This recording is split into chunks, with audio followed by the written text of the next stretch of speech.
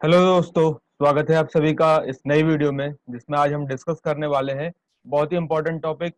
Generally students को इस बारे में बहुत ज़्यादा कंफ्यूजन रहती है कि नेट जेआरएफ के लिए कितनी ज़्यादा प्रिपरेशन की ज़रूरत है, कितना टाइम हम दें, किस यूनिट को कितना टाइम दें। ये सारी चीज़ों में बहुत ज़्यादा आपका टाइम खर्च होता है और टाइम होता है लिमिटेड। साल में 2 बार एग्ज़ाम होता है, जून में और दिसंबर में। तो दोनों ही के बीच में क्या एग्जाम में आपकी प्रिपरेशन हो सकती है? केवल आपको प्रिपरेशन नहीं करनी है, साथ ही साथ आपको प्रैक्टिस भी करनी है। तो क्या ये 6 महीने का जो टाइम है, क्या उसमें प्रिपरेशन हो सकती है? और उस 6 महीने में मैंने सामने आपके लिखा हुआ है कि क्या 3 महीने में यूजीसी नेट की तैयारी हो सकती है? तो इसका जवाब अभी आपको खुद मिल जाएगा। ठीक है, जब मैं पूरा डिस्कशन आपके सामने अभी करूंगा, मैंने पूरे सारे यूनिट्स को लेकर के आया हूँ। देखते हैं हम किसमें कितनी चीजें हैं, क्या क्या चीजें आपको पढ़नी होंगी, किसको आपको किस यूनिट को कितना टाइम देना है। इन सभी के बारे में डिटेल में तसल्ली पूर्वक हम डिस्कशन करेंगे और लास्ट में वीडियो के आपको खुद इसका जवाब मिल जाएगा कि क्या 3 महीने में यूजीसी नेट की तैयारी हो सकती है या नहीं हो सकती है। ठीक है, तो जब आपको आपका जवाब मिल जाएगी, मैं दे सकता हूँ क्योंकि उसमें अगर मैं दूंगा आपको अभी जवाब दूंगा तो उसमें मेरी बायसनेस होगी, क्योंकि मैं तो जाहिर सी बात है जब मैं लेकर के आया हूँ तो मेरे इसमें कुछ ना कुछ अपने इनपुट्स होंगे। तो मेरे जवाब देने से अच्छा है कि आप पूरा वीडियो को सुने, खुद अपना तर्कशील बुद्धि को इस्तेमाल करें। ठीक है, तब जाके अपनी एक धारणा बनाए कि हाँ ऐसा हो सकता है या फिर नहीं हो सकता है। ठीक है, तो चलिए शुरू करते हैं। और ये सारी जो डिस्कशन है मेरा, मैं बिल्कुल प्रूफ के साथ आपको डिस्कस बताऊंगा कि ऐसा हो सकता है या नहीं हो सकता है। ठीक है, मैं सारे आपको इसके क्या क्या रीजंस हैं जिसके आधार पर मैं ये वीडियो लेकर के आया हूँ, ऐसा हो सकता है या नहीं हो सकता, मैं सब चीज आपको डिटेल में बताऊंगा, डिस्कस करूंगा कितना टाइम किस यूनिट को देना है। तो आपको लास्ट में खुद आपको डिसाइड करना है कि क्या ये स्ट्रेटेजी आपके लिए सही है या नहीं है। और अगर आपके पास इससे अच्छी कोई स्ट्रेटेजी तो आप मुझसे शेयर करेंगे। ठीक है, तो चलिए स्टार्ट करते हैं हम। सबसे पहले हम क्या देखेंगे, देखिए दोस्तों, सबसे पहले आपको सिलेबस पढ़ना है। यूजीसी नेट का सिलेबस पढ़ना है, चाहे ज्योग्राफी का पढ़ो, चाहे आपका पेपर 1 का सिलेबस पढ़ो, किसी भी यूनिट का सिलेबस पढ़ो, या फिर हम किसी भी सब्जेक्ट का सिलेबस पढ़ते हैं। तो सबसे पहले हमें अगर एग्जाम की तैयारी करते हैं तो पहले उसके सिलेबस को हमें देखना चाहिए अच्छे से। तो हमारे सिलेबस में क्या है, 10 यूनिट दी हुई है। ठीक है, हम इधर को आ जाते हैं। हमारे सिलेबस में आपको 10 यूनिट देखने को मिलेंगी। Geomorphology, climatology, oceanography, geography of environment, population and settlement geography, economic geography, regional geography, industrial geography और एग्रीकल्चर ज्योग्राफी इसी में आ जाएगी। ठीक है, और इसके बाद आएगा सोशल एंड पॉलिटिकल ज्योग्राफी। इसके बाद है geographical thought, geographical techniques, geography of India. ये सारा हमारा यूनिट दी हुई है। सबसे पहले तो दोस्तों, आपको अगर कोई भी आप टारगेट बना रहे हो अपना, उस टारगेट को बनाने से पहले आपको सिलेबस के बारे में अच्छा सा पता होना चाहिए। सिलेबस आपको बिल्कुल याद होना चाहिए। जैसा मैंने आपको बार बार मैं आपको कहता हूँ, सिलेबस को, प्रीवियस ईयर के क्वेश्चन आपको याद होने चाहिए सारे। इसका मतलब ये नहीं कि आप रटने उनको बैठ जाओ, मतलब रोज सिलेबस को देखो। आपको अगर आप कोई टॉपिक पढ़ रहे हो तो आपको दिमाग में ये क्लिक करनी चाहिए बात कि हाँ ये मेरे सिलेबस में मेंशन है, ये प्रीवियस ईयर के क्वेश्चन पेपर के हिसाब से इंपॉर्टेंट है, ये चीज मुझे पढ़नी है, ये चीज मुझे छोड़नी है, ये चीज मैं थोड़ा भागते भागते स्पीड में देख सकता हूँ, हल्का हल्का देख सकता हूँ, तो मेरा काम बन जाएगा। तो इतना जो नीर शीर विवेक है इन चीजों का, ये आपको इतना तो पता होना चाहिए। ठीक है, तो चलिए देखते हैं हम कितना किस यूनिट को कितना समय देना चाहिए। लेकिन उससे पहले हर बार की तरह हम क्या है, आपको एक रिक्वायरमेंट, जैसा मैं बताता हूँ कि हर टॉपिक को डिस्कस करने से पहले टॉपिक की क्या होती है, एक बेसिक रिक्वायरमेंट होती है। तो इसकी क्या रिक्वायरमेंट है कि आपकी 3 महीने में सिलेबस कंप्लीट हो सकता है या नहीं, प्लस आपको 1 या 1.5 महीने की आपको प्रैक्टिस सेट लगाने की, आपको प्रीवियस ईयर की क्वेश्चन पेपर सॉल्व करने की आपको टाइम मिलेगा या नहीं मिलेगा। तो उसके पहले मैं आपको कुछ रिक्वायरमेंट बताना चाहता हूँ। अगर आप इस स्ट्रेटेजी को अपनाने जा रहे हैं या फिर इसमें थोड़ा सा चेंजेस करके अपनाने जा रहे हैं, तो थोड़ा सा एक बार रिक्वायरमेंट को समझें इसकी। सबसे पहले क्या, मैं एक डिस्क्लेमर लगा देना चाहता हूँ कि ये जो मैं स्ट्रेटेजी देखिए बताने वाला हूँ, आपको बताने वाला हूँ, सबसे पहली बात ये बिगनर्स के लिए नहीं है। अगर आप एक बिगनर्स हैं तो आप चाहते हैं तो इसे सुन सकते हैं। ठीक है, क्योंकि आप भी कभी ना कभी एडवांस लेवल पे आएंगे। ठीक है, तो ये किन के लिए है? बिगनर्स का मतलब मेरा ये है कि जिन्होंने अभी अभी ज्योग्राफी पढ़ना शुरू किया है, जैसे कि किसी का अगर बैकग्राउंड नहीं था, और या फिर अभी वो ग्रेजुएशन के फर्स्ट सेमेस्टर में है, उसका बैकग्राउंड नहीं था, पहले उसने कॉमर्स लिया है, उस या फिर वो साइंस बैकग्राउंड से रहे हैं, तो उनके लिए ये स्ट्रेटेजी नहीं है। ये स्ट्रेटेजी किन के लिए है? फिर जिन्होंने ग्रेजुएशन कर लिया है, जो 3 साल से 4 साल से ज्योग्राफी पढ़ रहे हैं, ग्रेजुएशन के दौरान उन्होंने ज्योग्राफी पढ़ी है। अब पोस्ट ग्रेजुएशन अगर कर रहे हैं तो पोस्ट ग्रेजुएशन के दौरान वो ज्योग्राफी पढ़ रहे हैं, जाहिर सी बात है ना। तो 3 साल उन्होंने अगर ज्योग्राफी पढ़ी है, उसके बाद प्लस अगर वो फर्स्ट सेमेस्टर में भी है पीजी के, तो इसका मतलब है कि वो 4 साल से ज्योग्राफी को पढ़ रहे हैं। अगर बैकग्राउंड नहीं है उससे कोई मतलब नहीं है। 3 साल बहुत होता है किसी भी सब्जेक्ट को पढ़ने के लिए। और एनटीए यूजीसी नेट में जितना सिलेबस आता है वो ग्रेजुएशन और पोस्ट ग्रेजुएशन को मिलाकर ही आता है। और पोस्ट ग्रेजुएशन आप सभी जानते हैं कि जो ग्रेजुएशन का सिलेबस होता है उसका ही थोड़ा सा एक्सटेंसिव रूप होता है। उसका ही जब आगे जाके और ज्यादा उसमें विस्तृतीकरण कर दिया जाता है तो वही पोस्ट ग्रेजुएशन का सिलेबस बन जाता है। और कुछ नए जो 2-4 टॉपिक होते हैं उनको ही इंक्लूड करके नेट का सिलेबस बन जाता है। तो ये जो स्ट्रेटेजी है, सबसे पहले डिस्क्लेमर है कि ये किनके लिए है, जो ग्रेजुएशन कर चुके हैं और साथ ही साथ जो पोस्ट ग्रेजुएशन में करंटली अभी है, पोस्ट ग्रेजुएशन अपना परस्यू कर रहे हैं। इसके बाद है दूसरी चीज, देखो दोस्तों, एक बहुत इंपॉर्टेंट चीज है कि जो भी स्ट्रेटेजी मैं यहाँ पे बताऊं या फिर कहीं पर भी आप अगर सुने, तो वो जो स्ट्रेटेजी होती है वो पर्टिकुलर इंसान के लिए होती है। जैसे मैंने अगर कोई चीज बताई बनाई है यहाँ पर, तो मेरा अपना एक मत है, मेरा अपना एक कुछ मानना होगा एग्जाम को लेकर के, मेरी अपनी एक अलग स्ट्रेटेजी होगी जो कि मैं आपके साथ शेयर कर रहा हूँ। लेकिन हर इंसान की क्या होती है, अपने माइंडसेट होता है, उसका बैकग्राउंड जो उसने करा है वो अलग है। जैसे मैं तो 6वीं क्लास से मैंने ज्योग्राफी पढ़ी है, 6 से लेकर 8 तक ज्योग्राफी पढ़ी है। 11th 12th मेरा ज्योग्राफी से रहा है, फिर ग्रेजुएशन ज्योग्राफी है, और मैं पोस्ट ग्रेजुएशन में भी अभी करंटली ज्योग्राफी पढ़ रहा हूँ। तो इतने सालों का मेरा ज्योग्राफी का एक्सपीरियंस है। ठीक है, तो मेरा जो एक्सपीरियंस होगा ज्योग्राफी को लेकर के, और जो एक ऐसा पर्सन है जिसने ज्योग्राफी अभी केवल ग्रेजुएशन में स्टार्ट करी है, तो हम दोनों की स्ट्रेटेजी में बहुत ज्यादा अंतर होगा। क्योंकि मेरा बेसिक से लेकर के मैं ज्योग्राफी को पढ़ते हुए आया हूँ, और उसने अभी केवल 3 सालों से पढ़ी है, तो 3 साल और 6-7 साल में अंतर होगा बहुत ज्यादा। तो हर इंसान की स्ट्रेटेजी जो है वो अलग हो सकती है ना। लेकिन कुछ जर्नल बातें होती हैं जो यहाँ पर मैं आपको डिस्कस करने वाला हूँ। अगर आपको ये जर्नल बातें हैं समझ में आ गई हैं, अगर आप पोस्ट ग्रेजुएशन में है, तो आपका काम बन जाएगा और आपको समझ में आ जाएगा कि 3 महीने में तैयारी हो सकती है या फिर नहीं हो सकती है। ये जवाब आप मुझे देंगे कमेंट में थोड़ी देर में, इस वीडियो को खत्म होने के बाद, कि हाँ मैंने जो बात आपको बताई है क्या वो सही है या फिर नहीं है। ठीक है, अगर आपके पास इससे बेहतर कोई स्ट्रेटेजी होगी तो आप मेरे साथ शेयर करना, ठीक है। और इसके बाद मैं क्या कहूंगा आपको कि पूरी आप स्ट्रेटेजी को सुने, मेरी नहीं, आप 10 लोगों की स्ट्रेटेजी को सुनो। ठीक है, हर कोई आपको अलग अलग तरीके की स्ट्रेटेजी बताएगा, क्योंकि हर इंसान क्या है अपने आप में यूनिक होता है। ठीक है, तो आपको क्या करना है, आपको वो स्ट्रेटेजी अपनानी है जिसमें आपको अपने लिए, अपने बैकग्राउंड को देख करके, अपने माइंडसेट को देख करके आपको एक सुटेबल स्ट्रेटेजी समझ में आए कि हाँ इसमें से ये पॉइंट्स मुझे अच्छे लगे, इस स्ट्रेटेजी में से मुझे ये पॉइंट्स अच्छे लगे, तो इन सभी को मिला करके अपने लिए एक परफेक्ट स्ट्रेटेजी आप बना सकते हैं। ठीक है, तो आपको क्या करना है, सबकी स्ट्रेटेजी सुननी है, मेरी भी सुनो, अगर अच्छा लगा तो उसे अप्लाई करो, नहीं लगा तो जबरदस्ती अप्लाई करने की कोई जरूरत नहीं है, खाली में आपका नुकसान नहीं होना चाहिए। ठीक है, इसके बाद क्या रिक्वायरमेंट है इस स्ट्रेटेजी जो मैं आपको बताने वाला हूँ, देखो आपको कंटिन्यू रहना पड़ेगा अपने स्टडीज को लेकर के। ये नहीं है कि आज आपका जो ग्राफ है स्टडी का, यहाँ पर अगर नंबर ऑफ डेज चल रहे हैं और ये नंबर ऑफ आवर्स हैं पढ़ने के आपके, तो शुरुआत में जो पहला दिन था तो आपने यहाँ पे पढ़ा, स्टडी आपकी स्टडी ये थी।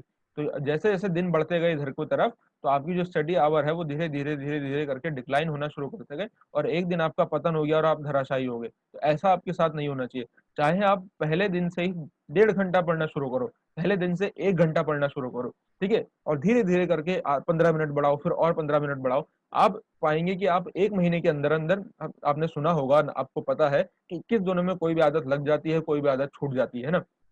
तो 21 दिनों के अंदर आप पाएंगे कि आपकी जो स्ट्रेंथ है पढ़ने की, आपकी जो कैपेसिटी है वो धीरे धीरे करके बढ़ी है। इस तरीके से अपनी कैपेसिटी को बढ़ाओ।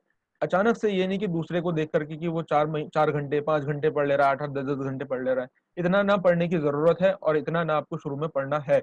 इतना पढ़ने की जरूरत भी नहीं है असल में यूजीसी नेट के लिए। ठीक है, तो कितना पढ़ना है कितना नहीं पढ़ना है वो भी आपको पता लग जाएगा। ठीक है, तो लेकिन आपको कंटिन्यू रहना है। जितना भी पढ़ो आप, 1.5 घंटा पढ़ो, 2 घंटा पढ़ो डेली का, तो आपको कंटिन्यू रहना है, रोज पढ़ना है आपको, रोज आपको एक टॉपिक अपना खत्म करना है। जितना कल आपने पढ़ा था उससे आज जितना आप करने वाले हैं उससे आगे ही आपको एक स्टेप 2 स्टेप आगे बढ़ना है। और डेली का डेली आपको रिवीजन करना है। जैसे मैं बार बार कहता हूँ कि आप जितना आज आपने पढ़ लिया है, कल आप जब नया टॉपिक शुरू करने वाले हैं उससे आधा घंटा पहले जितना भी पढ़ चुके हैं उस सबको रिवाइज करो। इससे क्या होगा, जब आप लास्ट में रिवीजन मोड में आएंगे, लास्ट में आपके जब सारे टॉपिक्स कवर हो चुके होंगे, जब आप रिवीजन मोड में आ रहे होंगे एग्जाम टाइम पे, तो आपको जो रिवीजन करने में बहुत ज्यादा बर्डन नहीं होगा, क्योंकि आप सारी चीजों को रोज डेली डेली रिवाइज करते हुए आ रहे हैं। इसलिए इस कारण से क्या होगा, जो बहुत पहले आपने यूनिट पढ़ ली है उनका आपको कुछ ऐसे टॉपिक होंगे जो बहुत ज्यादा नए नहीं लगेंगे। क्यों, अगर आपने उनको क्या है, डेली उनको रिवीजन किया है। और अगर आप करेंगे ऐसा कि आप उनको लास्ट में जाकर के पहले सारी यूनिट खत्म करी फिर जाकर के उनको रिवीजन मोड में लाए, तो आपको प्रॉब्लम हो सकती है। तो इसलिए क्या करना है, डेली रिवीजन करना है, और किसी भी डिस्ट्रैक्शन से आपको बिल्कुल दूर रहना है। ठीक है, अगर आपका सोशल मीडिया डिस्ट्रैक्शन है तो मैं कहूंगा कि आप मर्जी आपकी है, करना आपको है, लेकिन मैं आपको ये सजेस्ट करूंगा कि अगर आपको सोशल मीडिया डिस्ट्रैक्शन है, आपका उस पर टाइम वेस्ट होता है, तो आप उससे दूर रहें। ठीक है। अगर आपका कोई और सोशल मीडिया के अलावा कोई और डिस्ट्रैक्शन होता है, बाहर घूमना फिरना हो सकता है, या फिर कुछ भी आपका जो जो भी चीज आपका डिस्ट्रैक्शन है, फेसबुक, व्हाट्सअप, यूट्यूब। यूट्यूब में अगर आप क्वालिटेटिव स्टडी करते हैं, लिमिटेड टाइम में अगर आप करके अपनी स्टडी करते हैं, क्या क्या चीजें आपको कैसे करके टाइम को अपना मैनेज करते हैं, ऐसा कर पाते हैं तो अच्छी बात है। लेकिन ये केवल थ्योरेटिकल बात है कि अगर हम मैनेज कर लेंगे तो सब चीज अच्छी है। अगर असल में हम प्रैक्टिकली बात पे जब आते हैं तो ये काम जो है बहुत ज्यादा टफ पड़ जाता है, ऐसा हो नहीं पाता है। तो जो भी डिस्ट्रक्शन है उसको अपने एग्जाम टाइम तक बिल्कुल उससे दूर रहो। ठीक है। चाहे वो फेसबुक हो, व्हाट्सअप हो, आपका दुनिया इधर की उधर नहीं हो जाएगी अगर आप फेसबुक व्हाट्सअप नहीं चलाओगे। ना ही फेसबुक बंद होने वाला है, ना ही व्हाट्सअप बंद होने वाला है। तो जब 6 महीने 3 महीने की बात है, इसके बाद अपना डिस्ट्रैक्ट जो भी चीज आपको अच्छी लगती है उसको दोबारा से कर लो। चाहे आपको ज्यादा पढ़ने का ही शौक क्यों ना हो, उस ज्यादा पढ़ने के शौक को भी अपने दूर रखो। जितना पढ़ना है लिमिटेड पढ़ना है, लिमिटेड रिवीजन करना है, प्रैक्टिस सबसे ज्यादा करनी है। मैंने क्या लिखा है, रीड लेस प्रैक्टिस मोर। आपको पढ़ना कम है, प्रैक्टिस ज्यादा करनी है। यानी कि अगर आपको एग्जाम में क्या करना है, एग्जाम आपके पढ़ने का तो है नहीं कि आपको कितनी स्पीड में आप पढ़ सकते हो। एग्जाम किस चीज का है, आपको क्वेश्चन को सॉल्व करना है कि आपने जो कॉन्सेप्ट पढ़े हैं उन कॉन्सेप्ट को आप कैसे करके अप्लाई कर पाते हैं। तो आपको क्या करना है, प्रैक्टिस बहुत ज्यादा करनी है, क्योंकि आप कितना ही ज्यादा पढ़ लो, जब तक आपकी प्रैक्टिस नहीं है क्वेश्चन को सॉल्व करने की, तो आप क्या कर पाएंगे, आप एग्जाम में अच्छा परफॉर्म नहीं कर पाएंगे। तो इन बातों का आप ध्यान रखें। तीसरी चीज जो इंपॉर्टेंट है, जो मेन आपकी टेक्स्ट बुक है, 3 लेवल पे आपकी स्टडी होनी चाहिए। कौन कौन से लेवल पे? सबसे पहले आप टेक्स्ट बुक को पढ़ेंगे। टेक्स्ट बुक का मतलब ये होता है जो मेन बुक है आपकी, जिसको आपने मेन कंटेंट माना है। चाहे वो सविंदर सिंह सर की बुक हो सकती है, चाहे वो माजिद हुसैन सर की बुक हो सकती है, चाहे वो 11th 12th की एनसीईआरटी भी हो सकती है।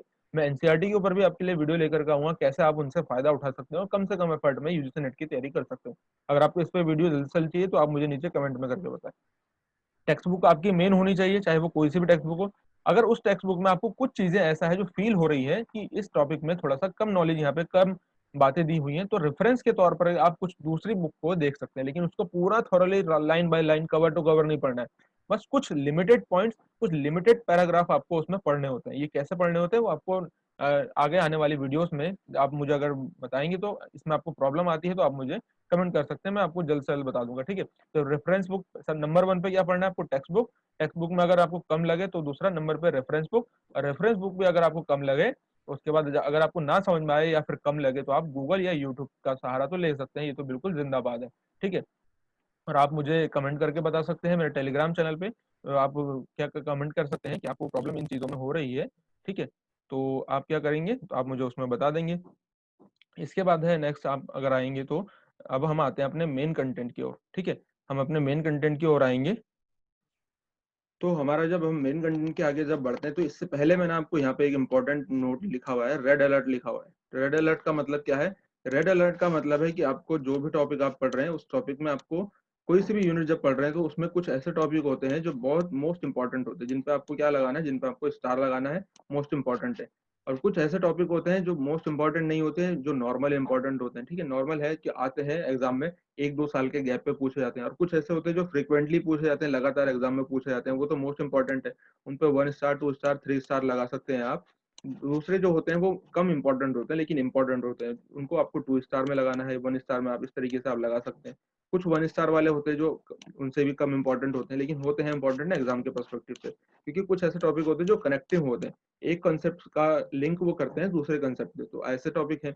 लेकिन कुछ ऐसे टॉपिक होते हैं जो बिल्कुल भी इंपॉर्टेंट नहीं होते हैं एग्जाम के पॉइंट ऑफ व्यू से। बस अगर लिखा है सिलेबस में तो आप इस लिहाज से उन्हें पढ़ सकते हैं। तो हमें यहाँ पर रेड अलर्ट जारी करना है कि कुछ जो टॉपिक है मोस्ट इंपॉर्टेंट, उनको तो पढ़ना ही पढ़ना है साथ में। लेकिन जो दूसरे टॉपिक्स हैं जो कम इंपॉर्टेंट है या फिर जो बिल्कुल भी इंपॉर्टेंट नहीं है लेकिन ऐसे ही लिखे हुए हैं एग्जाम में, सिलेबस में, वो इसलिए लिखे जाते हैं कि आपका रेंज चेक की जाती है। ठीक है। अगर कुछ ऐसे स्टूडेंट होंगे जो इस सिलेबस को देखेंगे, सारे टॉपिक को पढ़ने की कोशिश करेंगे, तो ऐसे स्टूडेंट्स की जरूरत नहीं है। वहाँ पे जो लॉजिकल लॉजिकल स्टूडेंट्स हैं, लॉजिकल पर्सन है, वही जाके आगे रिसर्च कर पाएंगे और सोसाइटी में अच्छे से अच्छा पीएचडी करके, रिसर्च करके अपने आउटपुट दे पाएंगे सोसाइटी को। तो ऐसे स्टूडेंट्स की जरूरत है। और वो अगर इन चीजों के बीच में डिफ्रेंशिएट नहीं कर पाएंगे कि क्या इंपॉर्टेंट है और क्या इंपॉर्टेंट नहीं है, तो वो आगे जाके रिसर्च भी अच्छे से अच्छी नहीं कर पाएंगे। तो आपको ये चीज पहले देखनी है, आपको रेड अलर्ट यहाँ पे जारी करना है। तो वो क्या है, वो मैं आप सबके लिए करके लाया हूं। ठीक है। तो यहाँ पर यह है। अब इसके बाद आपको लास्ट में पता लग जाएगा कि इस टॉपिक में कितनी दिन की तैयारी आपको चाहिए और कितने दिन में सारी चीजें कंप्लीट हो जाएंगी। तो जियोमॉर्फोलॉजी की ये जो है सीरीज, जियोमॉर्फोलॉजी की, ये आप देखेंगे तो सिलेबस दिया हुआ है, आप इसे मैच कर सकते हैं, बिल्कुल वही सिलेबस है, बस मैंने पॉइंट वाइज में लिख दिया हुआ है, ठीक है। तो यहाँ पर ये जो मैंने जियोलॉजिकल टाइम स्केल लिखा है, ये तो वैसे भी लिखा हुआ नहीं है वैसे सिलेबस में, लेकिन क्वेश्चन पूछे जाते हैं इसलिए मैंने लिखा हुआ है यहाँ पे। दूसरी चीज यहाँ पे आइसोस्टेसी भी सिलेबस में नहीं लिखा है लेकिन पूछी जाती है इसलिए लिखा हुआ है मैंने यहाँ पे। तो यहाँ पे कितने टॉपिक आपको दिखाई दे रहे हैं आपके सामने? आपको 11 टॉपिक दिखाई दे रहे हैं यहाँ पे। Geological time scale, interior of the earth, theory of continent, ठीक है, जिसमें कॉन्टिनेंटल ड्रिफ्ट और प्लेट टेक्टोनिक थ्योरी इंपॉर्टेंट है, इनको आपको डेप्थ में पढ़ना होता है। बाकी जो जैसे टेट्राहेड्रल हाइपोथेसिस है और जो दूसरी एक दो और हाइपोथेसिस है उनको आपको डेप्थ में बिल्कुल भी नहीं पढ़ना है, उनका बस आपको नाम पता होना चाहिए और दूसरा वो उनको उस थ्योरी को किसने दिया है इतना पता होना चाहिए, आपका काम बन जाएगा, ठीक है। थ्योरी ऑफ आइसोस्टेसी है, इंडोजेनेटिक फोर्सेस में कौन आते हैं? अर्थक्वेक और वोल्केनो। एक्सोजेनेटिक फोर्सेस में जो जो अलग अलग तरीके के लैंडफॉर्म जो एजेंट होते हैं जिनको बनाने वाले, जैसे river, wind, karst, glacial, periglacial. और डेन्यूडेशन प्रोसेस में इरोजनल जियोमॉर्फिक साइकिल, जिसमें डेविस और पेन का आपको साइकिल इंपॉर्टेंट है, इसको मोस्ट इंपॉर्टेंट है ये, तो इनको अच्छे से पढ़ना है। और बाकी जो जियोमॉर्फिक साइकिल होते हैं उनको आपको हल्का हल्का नाम उनका बस देखना है। इसके बाद थ्योरीज ऑफ, जो स्लोप डेवलपमेंट से रिलेटेड थ्योरी है, कुछ भी नहीं करना है, बस आपको थ्योरीज का नाम पता होना चाहिए कि पर्टिकुलर थ्योरी किसने दी है, सॉरी, ठीक है।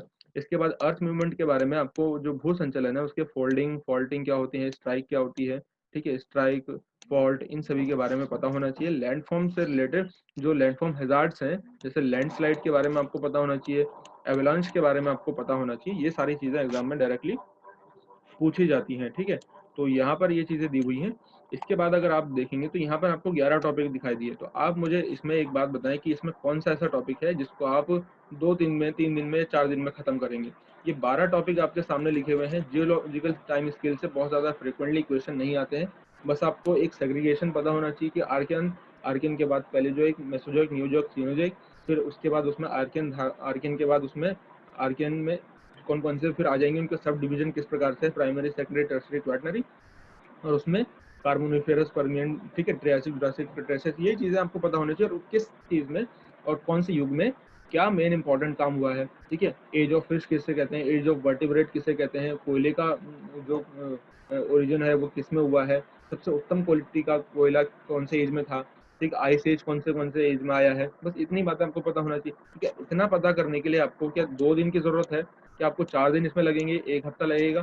तो मेरे हिसाब से तो इसमें आपको ज्यादा से ज्यादा 2 घंटे की जरूरत है। 2 घंटे, अगर आप नए भी हैं, आपने अगर अभी ग्रेजुएशन में पढ़ रहे हैं आप, तब भी आप इसको 2 घंटे में पढ़ सकते हैं, इसमें तो कोई बड़ी बात नहीं। एक चार्ट बनाया इधर, इधर जो एरा है वो एरा लिखा, इधर उसका पीरियड लिखा, ठीक है, इधर उसका जो मेन इंपॉर्टेंट डिस्क्रिप्शन है वो लिखा, एक चार्ट में खत्म हो गया।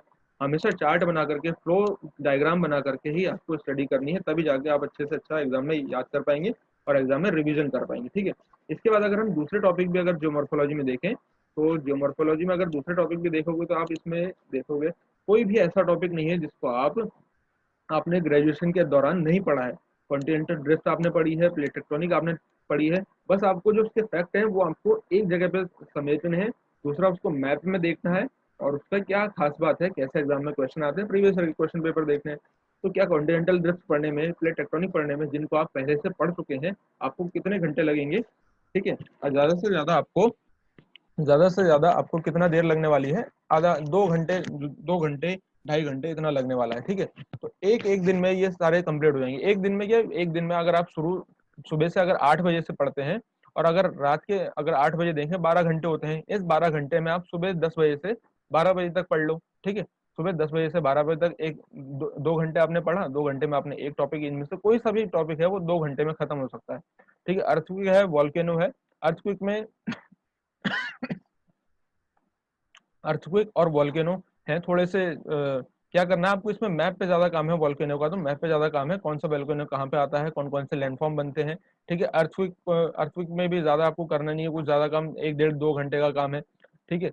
और इंडोजेनेटिक एक्सोजेनेटिक फोर्सेस है, उसमें रिवर, वाटर, विंड से कौन कौन से लैंडफॉर्म बनते हैं वो मैंने आपको सारी वीडियो एक बार में आपको सारी वीडियो दे दी है।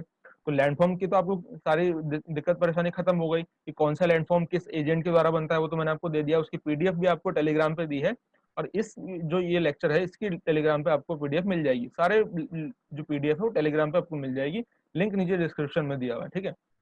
जो मॉर्फोइक साइकिल है, सारी चीजें आपने ग्रेजुएशन में पढ़ी हुई हैं, बस उनको एक जगह पे समेटना है, शॉर्ट नोट्स बनाने हैं। शॉर्ट नोट कैसे बनाने हैं वो प्रीवियस वीडियो में मैंने बता दिया है, आप जाकर देख सकते हैं, ठीक है। वेदरिंग क्या है, वेदरिंग के कितने टाइप्स होते हैं, कौन सी वेदरिंग कौन से रीजन में इंपॉर्टेंट होती है, ठीक है, उसकी क्या क्या खास बातें होती है, ये चीज आपको देखनी है। तो आप मेरे को एक बात बताओ, कौन सा ऐसा टॉपिक है जिसमें आपको 4 घंटे लगने वाले हैं, जिसमें आपको 10 घंटे, एक दिन, 2 दिन, 3 दिन लगने वाला है। यहाँ पर कोई भी एक ऐसा टॉपिक नहीं है जिसमें आपको 10 दिन लगने वाले हैं। सारे टॉपिक ऐसे हैं जो 2-2 घंटे में खत्म हो जाएंगे। अगर ये 2-2 घंटे में टॉपिक खत्म हो सकते हैं तो एक दिन में, अगर हम क्या एक दिन में क्या हम एक ही टॉपिक पढ़ सकते हैं? सुबह आपने अगर 10 बजे से 12 बजे तक भी अगर पढ़ाई करी है, 2 घंटे केवल आपने पढ़ा है, तो 12 बजे से फिर पूरे दिन भर आप खाली रहोगे, कुछ नहीं करोगे, तो इसके बाद भी आप कोई ना कोई टॉपिक पढ़ सकते हो। तो इसका मतलब है कि आप एक दिन में कम से कम 2 टॉपिक तो पढ़ सकते हो। एक दिन में 2 टॉपिक आपको पढ़ने चाहिए मेरे हिसाब से, ठीक है। बाकी आप देखेंगे आपको क्या करना है, ठीक है। एक दिन में आप 2 टॉपिक पढ़ सकते हैं, ठीक है, ये मेरा मानना है, क्योंकि सारे जो टॉपिक हैं वो बहुत इजी हैं और आपने सारे पहले पढ़े हुए हैं, सबसे बड़ी बात यह है, तो आपको ज्यादा इनमें परेशानी होने वाली नहीं है, ठीक है। अब जब ये सारे टॉपिक 2 दिन में मतलब एक टॉपिक एक दिन में 2 टॉपिक खत्म हो सकते हैं, तो यहाँ पे 11 टॉपिक लिखे हुए हैं, तो हम फिर भी मान लेते हैं कि आपको कितने 6 दिन यहाँ पे लग जाएंगे, ठीक है। हम मान लेते हैं कि आपको 6 दिन, या फिर हम मान लें अगर कि ये है पूरे लिखे हुए हैं कितनी 12 है, तो हम एक हफ्ता मान लेते हैं इसको, ठीक है। एक हफ्ता मान लेते हैं, पूरा एक हफ्ता, कि एक हफ्ते में आपकी जियोमॉर्फोलॉजी कंप्लीट होगी विद नोट्स। आपको मेहनत करनी पड़ेगी, नोट्स आपको बनाने पड़ेंगे, ठीक है। जब तक आप इस तरीके से टारगेटेड स्टडी नहीं करोगे आपका कोई फायदा नहीं है, ठीक है, क्योंकि आप टारगेट जब तक बना के नहीं चलोगे तो आपका काम एक्सटेंड होता जाएगा, ठीक है। ज्यादा से ज्यादा इसमें 7 दिन लगने चाहिए, इतना मेरा मानना है, ठीक है। दूसरी चीज है क्लाइमेटोलॉजी। क्लाइमेटोलॉजी भी आपने पढ़ी है ग्रेजुएशन के दौरान। तो क्लाइमेटोलॉजी में क्या है, composition and structure of atmosphere, कुछ नहीं करना है आपको, ठीक है। सारे जो लेयर्स हैं और किन किन गैसेस से मिलके बना है, ये सारी चीजें आप जानते हैं, ऑक्सीजन कितनी है, कार्बन डाइऑक्साइड कितनी है, नाइट्रोजन कितनी है, ये सारी यही चीजें पूछी जाती हैं एग्जाम में। कंपोजिशन से, स्ट्रक्चर से, कितनी लेयर्स है, तो 5 लेयर है, कौन सी लेयर की क्या खास बात है, कितनी देर लगेगी जानने में, ठीक है, जैसा 1.5-2 घंटा लगेगा। इंसुलेशन क्या है, सूर्य से जब किरणें आती हैं, तो किरणें आती हैं तो उनके बीच में क्या क्या प्रोसेस होती है, रिफ्लेक्शन आप जानते हो, यानी रिफ्लेक्शन यानी कि परावर्तन आप जानते हो, ठीक है। अवशोषण के बारे में आप जानते हैं, और विकिरण के बारे में आप जानते हैं। बस सारी टर्मिनोलॉजी को बस थोड़ा थोड़ा एक एक लाइन में क्लियर करना है, आपका काम बन जाएगा। Heat budget of the earth कितना, ये इतना ज्यादा इंपॉर्टेंट टॉपिक नहीं है, बस आपको कनेक्टिंग आपको पता होना चाहिए, ठीक है। हीट बजट कितना आया, कितना गया। और यहाँ पर एक चीज और मैं बता दूं, जो मैंने यहाँ पे रेड लिखा हुआ है ना, रेड फॉन्ट से, तो ये है रेड अलर्ट। यहाँ पे आपको बहुत ज्यादा टाइम वेस्ट नहीं करना है।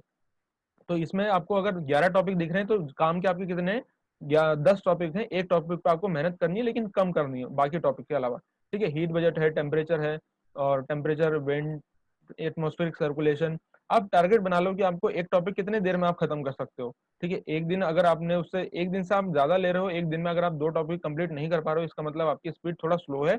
आपने ग्रेजुएशन में अगर पढ़ी है ज्योग्राफी तो फिर तो आपकी स्पीड थोड़ा स्लो है, तो उसको स्पीड को थोड़ा बढ़ाओ। एक दिन में 2 टॉपिक खत्म करने की कोशिश करो। हमारी जो टॉपिक है ना, स्पीड किसी की स्लो इसलिए हो जाती है, इसका मतलब ये नहीं कि वो बुद्धू है, इसका मतलब ये है कि वो बहुत ज्यादा पढ़ने की कोशिश कर रहा है, और उतना ज्यादा पढ़ना नहीं है। आप बुद्धू नहीं, आप बहुत ज्यादा होशियार हैं, आप जानते हैं, आपने ज्योग्राफी पढ़ी है, लेकिन आपको क्या करना है, सही तरीके की, सही स्ट्रेटेजी की जरूरत है। क्या करो कि एक दिन में 2 टॉपिक खत्म करो, प्रीवियस ईयर के क्वेश्चन पेपर देख के खत्म करो कि कितना डेप्थ में पढ़ना है, किस तरीके के क्वेश्चन आएंगे। आपको बुक्स में ऐसी बहुत सारी नॉलेज मिलेगी जो एग्जाम के पॉइंट ऑफ व्यू से इंपॉर्टेंट नहीं है, उसको क्या करना है, उसको साइड करना है। तो इस तरीके के आपको यहाँ पे, और जो बहुत बड़े बड़े टॉपिक यहाँ पे आपको जैसे दिखाई दे रहे हैं ना, जैसे ये 11th नंबर का टॉपिक है, तो यहाँ पर साइक्लोन लिखा हुआ है, साइक्लोन लिखा है। जब आप साइक्लोन पढ़ते हैं तो उसमें thunder storm, tornado, hello storm, heat wave, ये सारी चीजें उसमें आ जाती हैं अपने आप ही। ये सारे उसके नाम दे दिए गए हैं, साइक्लोन का ही नाम है। साइक्लोन ही जब बनते हैं तो उन्हीं के आधार पर जब ट्रॉपिकल और टेम्परेट साइक्लोन बनते हैं, तो ट्रॉपिकल साइक्लोन का जब स्पीड बहुत ज्यादा तेज हो जाती है, वो ज्यादा विनाशकारी हो जाते हैं, तो वो टॉर्नेडो बन जाते हैं। उनसे ही फिर क्या, हेल यानी कि हेलस्टॉर्म यानी कि क्या है, जो बर्फबारी होती है वो होती है, बर्फबारी सॉरी, जो ओला ओला गिरते हैं वही हेलस्टॉर्म है। तो इसमें क्या क्वेश्चन बनते हैं, आप अगर प्रीवियस ईयर में जाकर देखेंगे तो कितने क्वेश्चन इससे पूछे गए हैं, आपको पता चल जाएगा। मैं कुछ नहीं कहूंगा, आपको खुद पता लगेगा, ठीक है। थंडर स्टॉर्म, थंडर स्टॉर्म में कितने ज्यादा डेप्थ में क्वेश्चन पूछेंगे आपको पता लग जाएगा, बहुत डेप्थ में, बहुत इजी क्वेश्चन पूछे जाते हैं। GLOF, glacier lake outburst flood, नया ऐड हुआ है टॉपिक में। बस चार लाइन का आपको क्वेश्चन इससे पूछा था कि 4 लाइन में से कौन सी लाइन है जो ग्लेशियर लेक आउटबर्स्ट फ्लड को, और एक लाइन का कॉन्सेप्ट है ये, एक लाइन का, बस उससे आगे आपको देखना है। तो एक लाइन के कॉन्सेप्ट में आपको कितना देर लग जाएगी आप खुद अंदाजा लगा सकते हैं। इसके बाद है 13 नंबर का कॉन्सेप्ट, रेड अलर्ट जारी किया है, इसमें बहुत ज्यादा आपको टाइम वेस्ट नहीं करना है।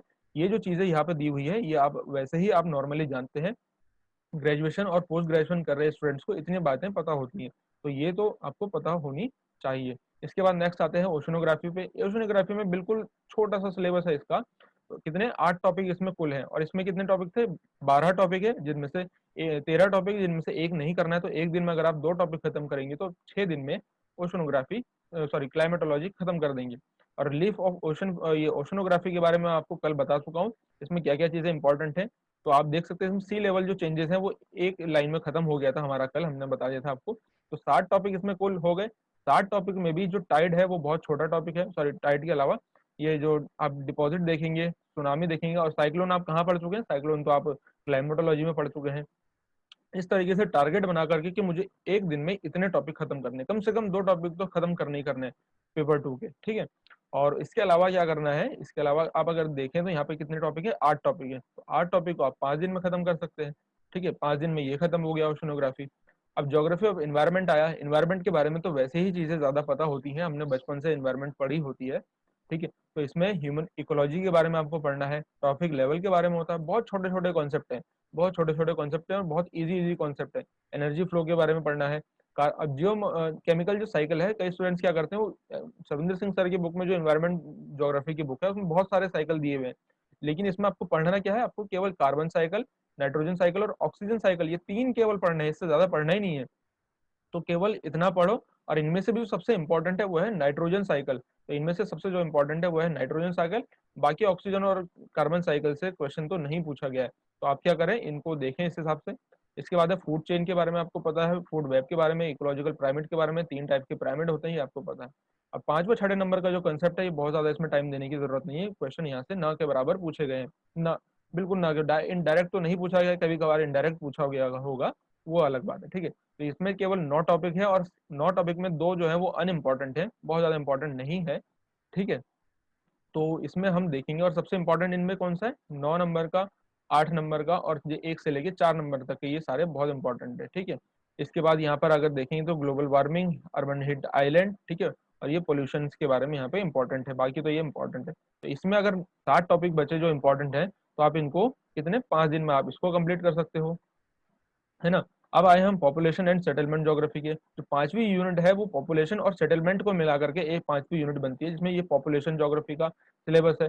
पॉपुलेशन ज्योग्राफी के सिलेबस में आपको वर्ल्ड ज्योग्राफी का जो सेंसस का डाटा होता है वो नहीं देना है, वही नहीं देखना है, ठीक है। क्या क्या देखना है फिर, जो इंडियन ज्योग्राफी के सेंसस का डाटा है, ठीक है। वैसे भी अब 21 से तो चेंज होने वाला है, लेकिन अभी तक का जो अभी दिसंबर में जो एग्जाम होगा वहां से क्वेश्चन बनेंगे। तो आपको सेंसस में क्या देखना है, जनसंख्या घनत्व, लिंगानुपात, और इसके बाद साक्षरता दर, और दशकीय वृद्धि दर, ठीक है। और जो शहरी और नगरीय जनसंख्या है, ये चीज आपको बस देखनी है, ये 5 चीज आपको देखनी है, बस आपका काम बन जाएगा। 5 सबसे टॉप के, 5 सबसे लीस्ट के, और प्रीवियस ईयर के क्वेश्चन, बस इतना पॉपुलेशन ज्योग्राफी में, पॉपुलेशन में अगर देख लिया है सेंसस में इंडिया के, तो आपका काम बन जाएगा, ठीक है। सैंपल सर्वे वगैरह, whittle statistics, data reliability error, ये सारे बहुत इंपॉर्टेंट नहीं है, यहाँ से आप समझ सकते हैं। और इसके बाद जो ये तो 3rd नंबर का जो कॉन्सेप्ट है, ये तो बिल्कुल भी इंपॉर्टेंट नहीं है, आप अगर पढ़ना चाहें तो पढ़ सकते हैं, आप कनेक्टिंग के लिए पढ़ सकते हैं। इसके बाद पॉपुलेशन का जो डिस्ट्रीब्यूशन है उसके मेजर पैटर्न्स और डिटरमिनेंट्स क्या है, तो ये समझने वाले ही कॉन्सेप्ट है, इनको याद करके रटने वाला, नोट्स बनाने वाले ये ऐसे कॉन्सेप्ट नहीं है। इनको बस आप समझेंगे कि क्या क्या कारण है कि वर्ल्ड का जो डिस्ट्रीब्यूशन है उसका जो पैटर्न है ऐसा क्यों है, तो आपको समझ में आ जाएगा, ठीक है। जब आप पढ़ेंगे तो आपको समझ में आ जाएगा। डेमोग्राफिक ट्रांजिशन थ्योरी बहुत इंपॉर्टेंट है, थ्योरी ऑफ पॉपुलेशन ग्रोथ, ज्यादातर यहीं से क्वेश्चन पॉपुलेशन ज्योग्राफी में पूछे जाते हैं, ठीक है। इसके बाद और क्वेश्चन कहाँ से बनते हैं, तो क्वेश्चन बनते हैं, और कहाँ से बनते हैं पॉपुलेशन ज्योग्राफी में, तो आप यहाँ पे देख सकते हैं। बाकी जो टॉपिक है वो थोड़े थोड़े इंपॉर्टेंट है, इनको आप देख सकते हैं। तो कितने टॉपिक है, टोटल 10 हैं। तो 5 दिन में आपकी ये पॉपुलेशन ज्योग्राफी खत्म हो जानी चाहिए, अगर आप सारे डिस्ट्रक्शन से दूर हैं, ठीक है। आप सही तरीके से सिलेबस को समझ गए हैं, प्रीवियस ईयर के क्वेश्चन पेपर को समझ गए हैं। इसमें जो आपका इंपॉर्टेंट रोल प्ले करेगा वो है प्रीवियस ईयर के क्वेश्चन पेपर। तब आपको जाकर के समझ में आएगा कि ये टॉपिक इतने ज्यादा इंपॉर्टेंट है, कितने कम इंपॉर्टेंट है, कितने डीप में पढ़ना है, कितना सरफेस लेवल से पढ़ना है, तब जाके आपको समझ में आएगा। मैं ऐसे ही नहीं कह रहा हूँ, आपको प्रीवियस ईयर के क्वेश्चन पेपर देखेगा देखिएगा आप, तो आपको समझ में आ जाएगा, ठीक है। इसके बाद नेक्स्ट अगर हम चले पॉपुलेशन ज्योग्राफी में ही, सेटलमेंट जो ज्योग्राफी का पार्ट है, तो आप सेटलमेंट ज्योग्राफी में देखेंगे तो काफी ज्यादा चीजें हैं इसमें। जैसे रूरल रूरल सेटलमेंट होता है वो कितने टाइप्स का होता है, तो इसको पता करने में कितना टाइम लगेगा। ठीक है, एक स्टार टाइप होता है, एक लीनियर टाइप होता है, इसको पता करने में आपको कितना टाइम लगेगा? क्या 2 दिन लगाओगे आप इसमें? नहीं, 1 घंटे का काम है ज्यादा से ज्यादा। ठीक है, जो कंटेम्प्रेरी प्रॉब्लम है रूरल सेटलमेंट की, वो आप सभी जानते हैं क्या क्या सेटलमेंट की प्रॉब्लम है। ये तो बेसिक अंडरस्टैंडिंग वाले लॉजिकल लॉजिकल रीजनिंग वाले कंसेप्ट हैं। इसके बाद जो नया टॉपिक ऐड हुआ है, most important, theory of origin town, Gordon Childe के, हेनरी पैरन की, लेविस ममफोर्ड की, ये थ्योरीज हैं, मोस्ट इंपॉर्टेंट है, इनको आप देख सकते हो। बहुत छोटी छोटी थ्योरी है, बहुत बड़ी थ्योरी नहीं है। ठीक है, प्राइमरी सिटी है, रैंक साइज रूल है, क्रिस्टोलर लॉस की सेंटर प्लेस थ्योरी है, और अर्बन लैंड यूज का जो मॉडल है, ठीक है, बर्गेस का, हैरिस का, उलमैन का और हॉयट का, तो ये सारे जो है ये मोस्ट इंपॉर्टेंट है और बहुत छोटे छोटे हैं। और नए कॉन्सेप्ट जो ये आए हैं, ग्लोबल सिटी क्या है, एज सिटी क्या है, चेंज अर्बन फॉर्म क्या है, पेरी अर्बन एरिया क्या होता है, रूरल अर्बन फ्रिंज क्या होता है, सब अर्बन क्या होता है, रिंग एज सैटेलाइट टाउन क्या होता है, ये बहुत छोटे छोटे कॉन्सेप्ट है। इनको आप एक दो लाइन में, एक पेज में इन सभी को खत्म कर दोगे, इतने छोटे टॉपिक है ये। ठीक है, और इसके बाद आप देखेंगे तो यहाँ पे छोटे छोटे टॉपिक और लिखे हुए हैं, 12 कॉन्सेप्ट यहाँ पे लिखे हुए हैं, 12 टॉपिक है। इसका मतलब है 12 टॉपिक को अगर आप पढ़ेंगे तो आप इनको 6 दिन में, 6 दिन भी मैं ज्यादा बोल रहा हूँ, 6 दिन में आप कंप्लीट इसको कर देंगे। इसके बाद आते हैं हम इकोनॉमिक ज्योग्राफी पे। इकोनॉमिक ज्योग्राफी में 4-5 उसके सब टाइप हैं, जैसे इकोनॉमिक ज्योग्राफी है, उसके बाद उसके रीजनल ज्योग्राफी है, इंडस्ट्रियल ज्योग्राफी, एग्रीकल्चर ज्योग्राफी और ट्रांसपोर्ट ट्रेड ज्योग्राफी।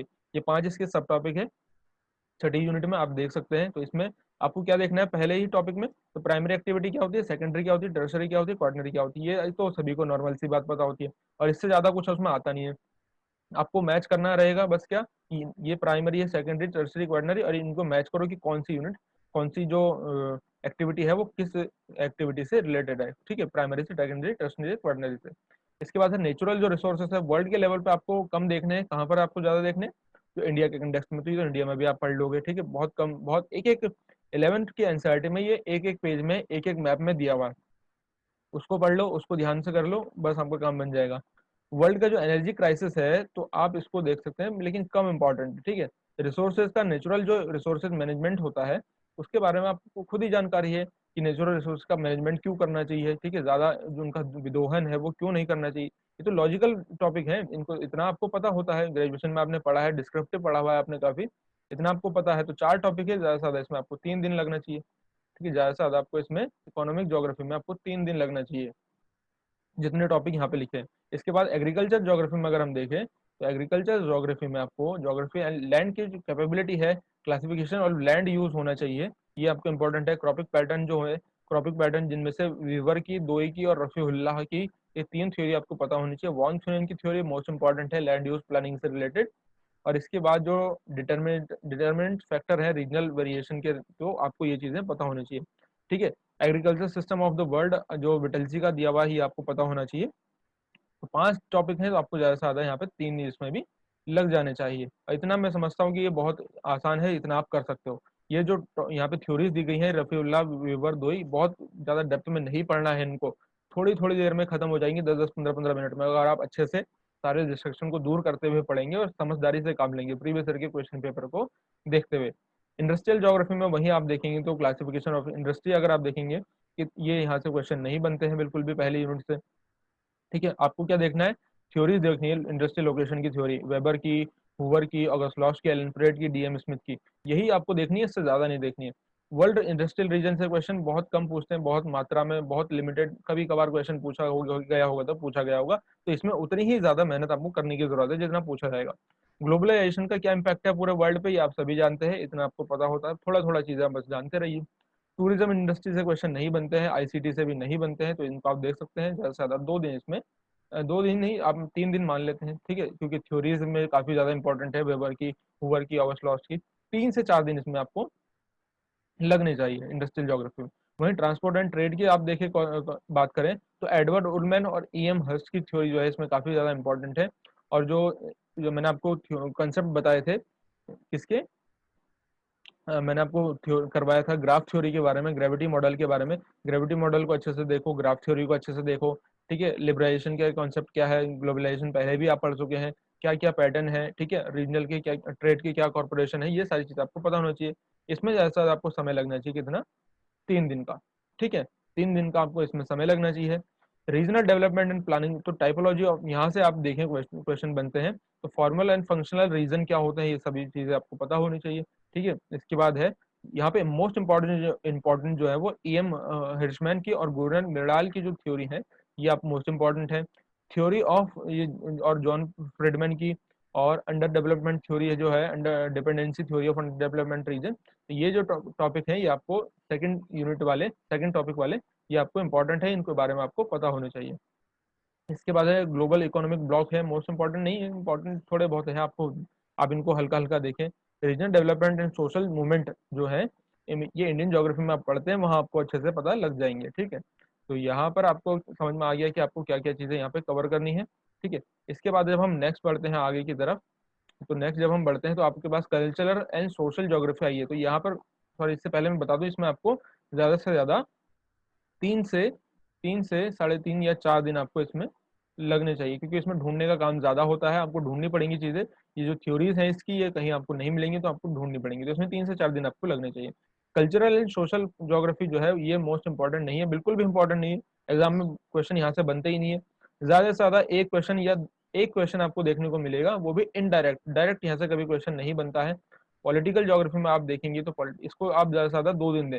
इसको, ये कॉन्सेप्ट कल्चरल ज्योग्राफी है, इसको आपको 2 दिन से ज्यादा नहीं देखना चाहिए। अगर आपको फिर भी ये डर लग रहा है कि कहीं यहाँ से क्वेश्चन बन गया, तो 2 दिन से ज्यादा देने की जरूरत नहीं है। पॉलिटिकल ज्योग्राफी देखें तो काफी इंपॉर्टेंट टॉपिक्स यहाँ से है। बाउंड्रीज एंड फ्रंटियर से कॉन्सेप्ट अभी 2019 में दिसंबर में पूछा गया है, तो ये आपको पता होना चाहिए with reference to India. India और पाकिस्तान के रेफरेंस, बांग्लादेश के रेफरेंस से ही पूछा गया था क्वेश्चन। हार्डलैंड और रिमलैंड थ्योरी आपको मोस्ट इंपॉर्टेंट है, पता होनी चाहिए, काफी इंपॉर्टेंट है और बहुत छोटी थ्योरी है। कॉन्सेप्ट, अब 3 आपको स्टेटमेंट दिया हार्टलैंड थ्योरी में, वही एक स्टेटमेंट दिया हुआ है रिमलैंड थ्योरी में। कब दिया था, किसने दिया था, किस स्कूल ऑफ थॉट से थे, बस इतना करा, काम खत्म। ठीक है, और ट्रेंड क्या है डेवलपमेंट के पॉलिटिकल ज्योग्राफी में, ये आपको थोड़ा बहुत पता होना चाहिए। फेडरलिज्म से रिलेटेड थोड़ी बातें पता होना चाहिए। ये जो है टॉपिक यहाँ से बिल्कुल लेस मात्रा में सवाल यहाँ से पूछा जाता है, बिल्कुल कम मात्रा में। इसके बाद सार्क, आसियान, ओपेक, यू, यही जो है रीजनल जो ऑर्गेनाइजेशन है, बस केवल इनके बारे में आपको जानना है, ना कि बाकी जो सारी ऑर्गेनाइजेशन, बहुत सारी ऑर्गेनाइजेशन है, लेकिन आपको जानने की इनके बारे में है जो सिलेबस में लिखे हैं। सार्क, आसियान, ओपेक, ईयू, इनमें क्या क्या देखना है आपको, कौन कौन सी कंट्री इंक्लूड है, कितने इंक्लूड है, कब बनी थी, हेडक्वार्टर कहाँ पर है, और उनका हेड कौन है, बस इतनी बातें देखिए आपका काम बन जाएगा। नियो पॉलिटिक्स के बारे में 1 लाइन 2 लाइन एक पेज में आप बस जान लो, बात खत्म करो। तो 10 टॉपिक है, सर आपको इसमें कितने 4 दिन लगने चाहिए, क्योंकि इसमें जो बीच के टॉपिक हैं, ये वाले टॉपिक, ये बिल्कुल भी इंपॉर्टेंट, बहुत कम इंपॉर्टेंट है। तो 3 और 2 5 है, तो फिर भी मैंने 4 दिन आपको यहाँ पे दे दिए हैं। मेरे हिसाब से ये चीजें होनी चाहिए। इसके बाद है contribution of Greek geographer, Roman geographer, Arab geographer. मैंने आपको जैसे बताया था जोग्राफर थॉट वाले चैप्टर में, जोग्राफिकल थॉट वाले वीडियो में, कि आप कैसे करके प्रिपेयर करेंगे, कितना प्रिपेयर करेंगे, तो उसी हिसाब से वही आइडिया को लेकर के मैं पूरे जो यूनिट है उनको लेकर के चल रहा हूँ। तो आप यहाँ पे अंदाजा लगा सकते हैं जोग्राफी के थॉट को लेकर के कि मेरी जो तैयारी की रणनीति होती है वो किस प्रकार से होती है। तो आपको उस रणनीति को सारी जो यूनिट है उसमें अप्लाई करना है, तब जाके कहीं आप सोचे कि मैं ऐसे ही बोलते जा रहा हूँ कि आपको 4 दिन लगेंगे, 5 दिन लगेंगे, इतना ही लगेगा, आप ज्यादा, आपको इसमें बर्डन लेने की जरूरत नहीं है। ठीक है, तो एक दिन में आपको ग्रीक जोग्राफी में करना क्या है, जोग्राफिकल थॉट में करना क्या है, कौन सी इंपॉर्टेंट बुक है, कौन सा इंपॉर्टेंट स्टेटमेंट है, उनका सीक्वेंस क्या है, और साथ ही साथ उनकी जो जोग्राफिकल थॉट है वो किस स्कूल ऑफ थॉट से बिलोंग करते थे, यही चीज तो देखनी है। चाइनीज जोग्राफर इसमें इंपॉर्टेंट नहीं है, ठीक है, चाइनीज जोग्राफर इसमें इंपॉर्टेंट नहीं है, ये चीजें इंपॉर्टेंट है इसमें। और जो ग्रीक जोग्राफर है, इसमें ये सारे जोग्राफर लिखे हुए हैं जिनको आपको देखना है, बहुत ज्यादा जोग्राफर नहीं देखने हैं। और जो डार्विन की थ्योरी है उसमें आपको बस डार्विन की क्या देखनी, अब अगर पढ़ेंगे तो एक पेज का भी कॉन्सेप्ट नहीं है, आधे पेज का कॉन्सेप्ट है। ठीक है, आधे पेज का कॉन्सेप्ट है, मैं आपको इतना बता रहा हूँ। और जो कार्टोग्राफी है, थीमेटिक मैप, मैथोलॉजिकल, ये आप कहाँ पढ़ेंगे, या प्रैक्टिकल ज्योग्राफी में पढ़ेंगे।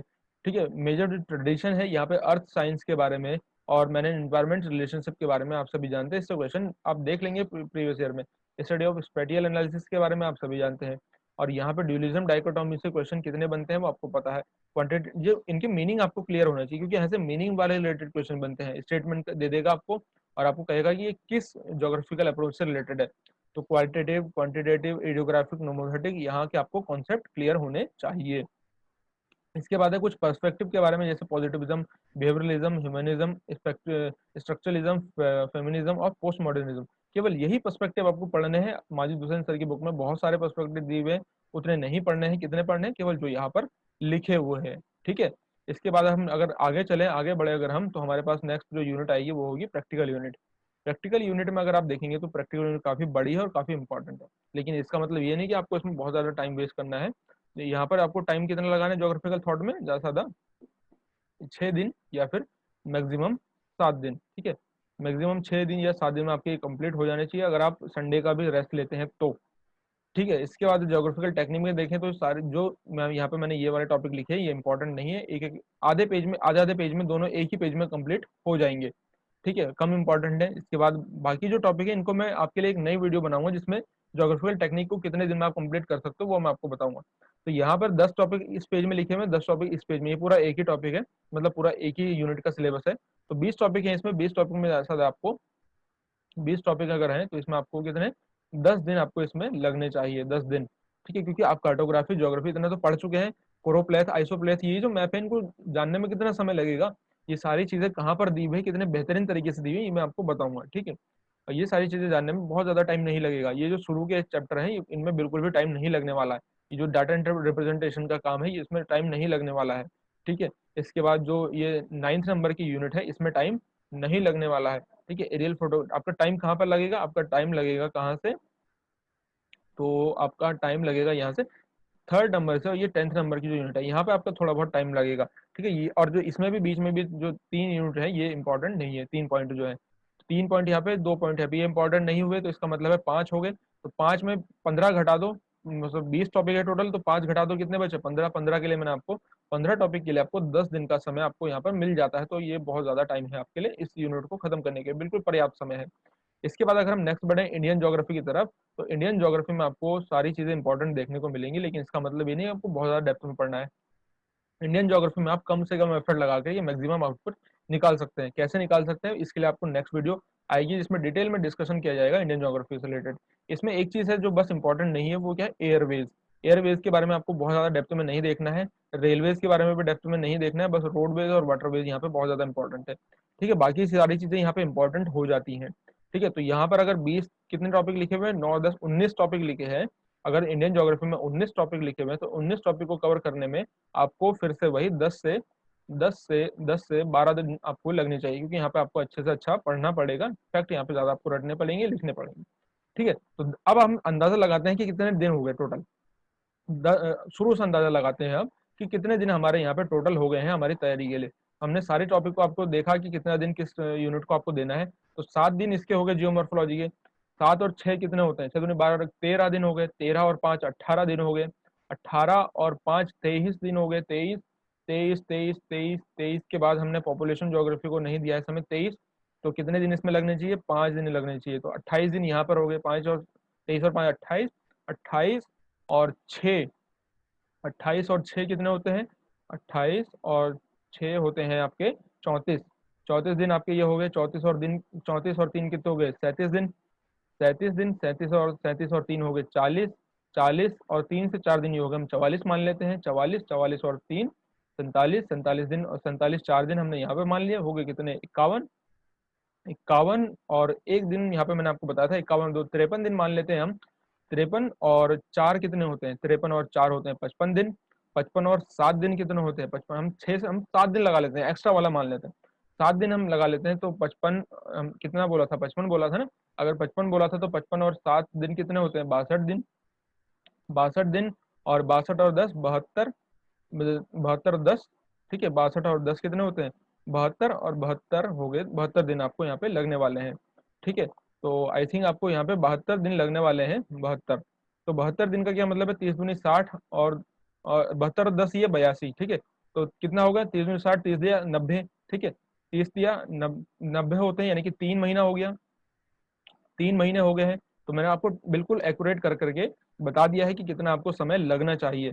तो आप मुझे दोस्तों अब ये बताना कि आपको ये स्ट्रेटेजी सही लगी, कि आपका इतने समय में तैयारी हो सकती है या नहीं हो सकती है। और अगर ये जो ज्योग्राफिकल थॉट और सॉरी ज्योग्राफिकल जो टेक्निक्स है, ज्योग्राफिकल यूनिट नंबर 9 और जो यूनिट नंबर 10 है इंडियन ज्योग्राफी, अगर आप सोच रहे हैं कि इसको इसमें आपको बहुत ज्यादा समय लग जाएगा, तो मैं आपके लिए इसका नेक्स्ट वीडियो लेके आऊंगा जिसमें आपको बताऊंगा कि इसमें आपको कैसे कम से कम एफर्ट में ज़्यादा से ज़्यादा आउटपुट इसमें ले सकते हैं। बहुत पढ़ने की इनमें ज़रूरत नहीं है, मैं आपको बताऊंगा कि ऐसे तरीके से तैयारी करनी है। तो हमने 82 हमारे पूरे टोटल दिन हो रहे थे, लेकिन फिर भी हमने 90 दिन मान लिए। 90 दिन अगर हमने माने तो 30 या 90 होते हैं, यानी कि 3 महीने हो गए टोटल। ठीक है, 30 या 90 हो गए, तो 6 महीने के पूरे टोटल आपको समय मिलता है। एक एक जब एग्जाम होता है दिसंबर या जुलाई जून में, तो दूसरी बार में आपको 6 महीने का टाइम मिलता है। ठीक है, उन 6 महीने के टाइम में आपको क्या करना है, इस तरीके से तैयारी करनी है। आपको टारगेट बना लेना है किस यूनिट को कितने देर में खत्म करना है, और पॉइंट वाइज सिलेबस को लिख लेना है। क्योंकि जब हम सिलेबस को एनटी के सिलेबस में देखते हैं ना, तो उसमें क्या होता है, चीजें बिखरी हुई है और एक सीक्वेंस में जैसे पैराग्राफ लिखा हो वैसे लिखी हुई है। जब आप पॉइंट में लिखते हैं तो आपको ज्यादा क्लियर होता है आइडिया कि आपको कितने टॉपिक हैं और कितने दिन में उसको खत्म करना है। तो आपको ये सारी चीजें जो मिल जाएंगी। ठीक है, ये जो मैंने सेग्रीगेशन किया हुआ है, पॉइंट वाइज बना हुआ है, आप इसमें भी टाइम वेस्ट मत करो। आपको यहाँ पे ये जो सिलेबस है इस तरीके से जो मैंने बनाया हुआ है, ये आपको मैं टेलीग्राम चैनल पे दे दूंगा, जिसका लिंक नीचे डिस्क्रिप्शन में दिया हुआ है। तो दोस्तों, आपको मेरे को बताना है कि क्या आपकी तैयारी इतने दिनों में हो सकती है। जो मैंने अभी आपको स्ट्रेटेजी बताई कि आपके लिए कारगर हो सकती है। अगर आप बिगनर्स नहीं हैं तो आपको इतना समय लगेगा या फिर इससे ज्यादा समय लगेगा। जो मैंने स्ट्रेटेजी आपको बताई आपकी कितने काम की आपकी लगी, तो आप मेरे साथ इसको कमेंट में शेयर करना। ठीक है, तो दोस्तों कैसी लगी वीडियो तो कमेंट में करके बताना। वीडियो अच्छा लगा तो प्लीज लाइक करना, कमेंट करना, शेयर करना वीडियो को। ठीक है, और चैनल को अगर आप नए हैं तो चैनल को प्लीज सब्सक्राइब करना। तो मिलते हैं नेक्स्ट वीडियो में, तब तक के लिए धन्यवाद।